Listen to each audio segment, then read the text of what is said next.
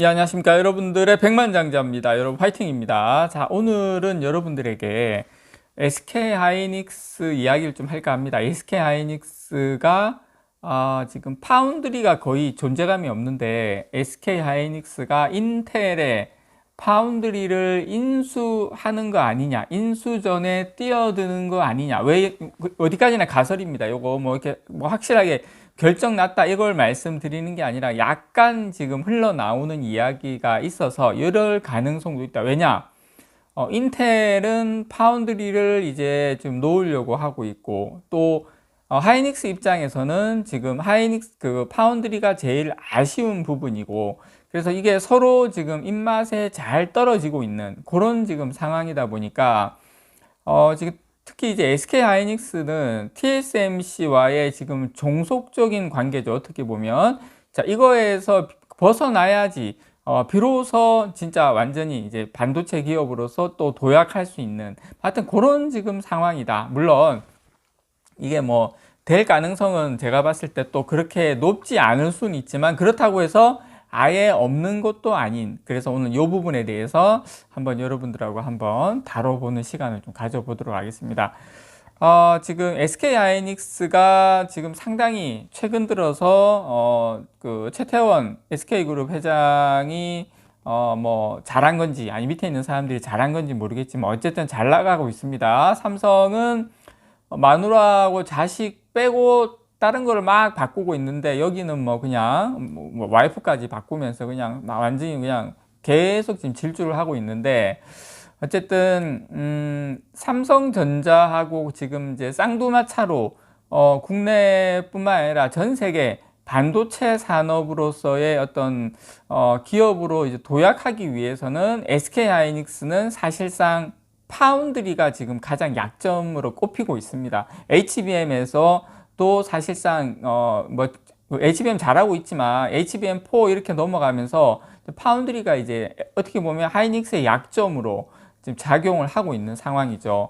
자, SK 하이닉스는 그동안 뭐 엔비디아, 뭐 TSMC 이쪽하고 협력을 강화를 해서 AI 반도체에서 사실상 그 HBM에서는 선두주자로 달려가고 있습니다. 우리가 인정하고 쉽지 않든 인정하기 싫든 어쨌든 뭐 그런 상황이고 엔비디아가 이 그 게임용 반도체에서 주로 쓰이던 GPU죠.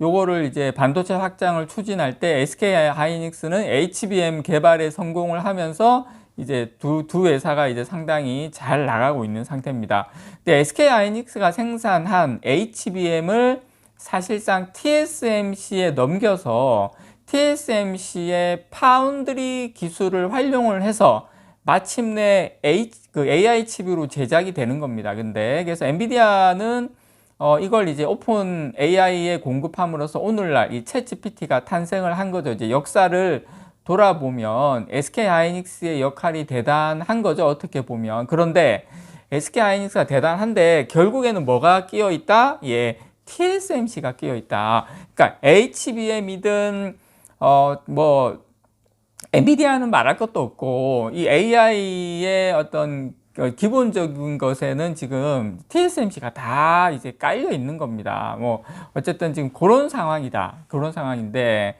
그리고 지금 어쨌든 뭐 하이닉스 그러다 보니까 지금 3분기 같은 경우에 15조 3,800억 원의 영업이익을 달성을 했죠. 대단한 겁니다. 연간으로 치면 뭐 거의 뭐 엄청나죠. 그래서 지금 이렇게 지금 SK하이닉스 지금 시가총액도 거의 200조 원을 넘보는 지경까지 왔습니다. 부럽습니다. 어떻게 보면.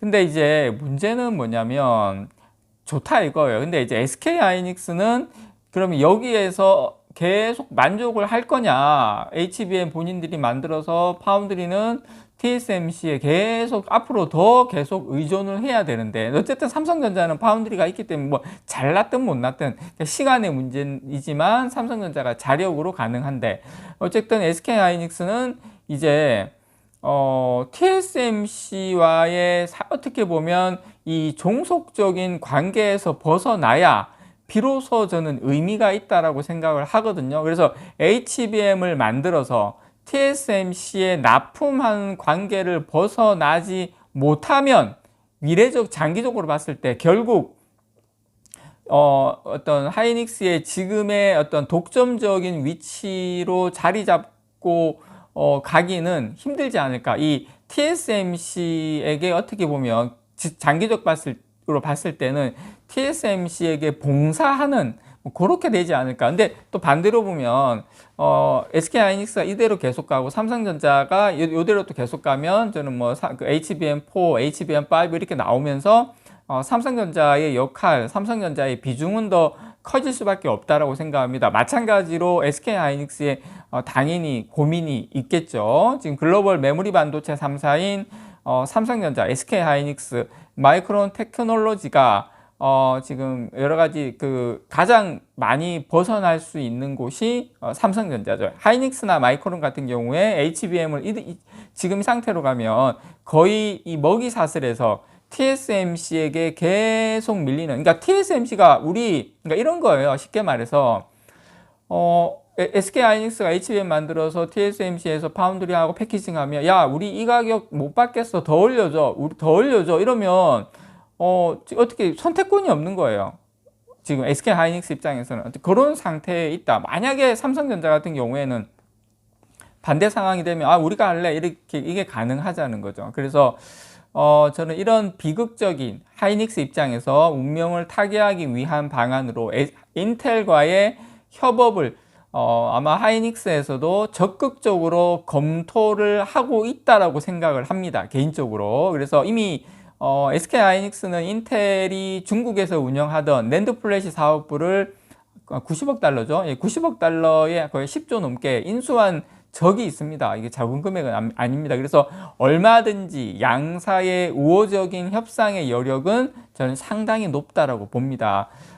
지금 이거에 비해서 인텔 같은 경우에 그때보다도 지금 최근 실적이 완전히 뭐 내리막길을 걷고 있죠. 최악의 상황입니다. 어떻게 보면 문을 닫을 수밖에 없는 미래가 조만간에 도래할 수밖에 없는 회사가 제가 봤을 때 인텔이다. 어떤 형태로든 간에 파운드리를 팔고 싶어 할 거다. 뭐 인텔 같은 경우 한때는 무어의 법칙을 만들어낼 정도로 반도체 업계의 황제였는데 지금은 엔비디아나 뭐 TSMC 이런 쪽에 밀려가지고 거의 뭐 삼류기업으로 쇠락하는 처지에 놓여 있는 건 뭐 여러분들께서 다 아시는 내용이죠.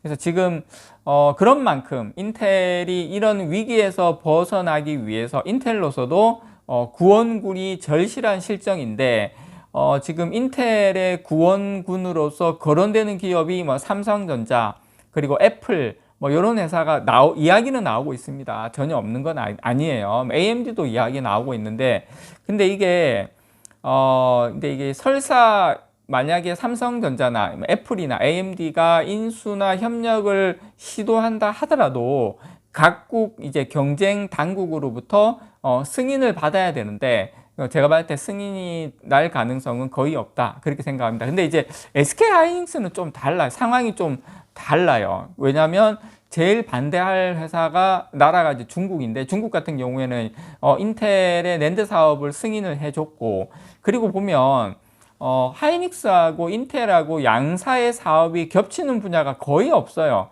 그래서 경쟁 당국으로부터 지적을 받을 부분도 거의 없을 것으로 추정이 되고 이런 상황에서 SK 하이닉스가 인텔과의 만약에 적극적인 협력을 도모한다면 양사가 얻는 이익은 또 제가 생각할 때 적지 않을 것이다 그렇게 봅니다. 그래서 지금 일단 SK 하이닉스 입장에서는 존재감이 거의 없는 이 파운드리 분야에서 그 사세를 완전히 판을 뒤집을 수 있는 급격하게 키울 수 있는 것은 물론이고 경쟁력까지 만약에 갖춘다면 TSMC에서 독립을 해서 독자적인 이 AI 반도체 칩 제조에도 도전해 볼 가능성은 충분히 있다.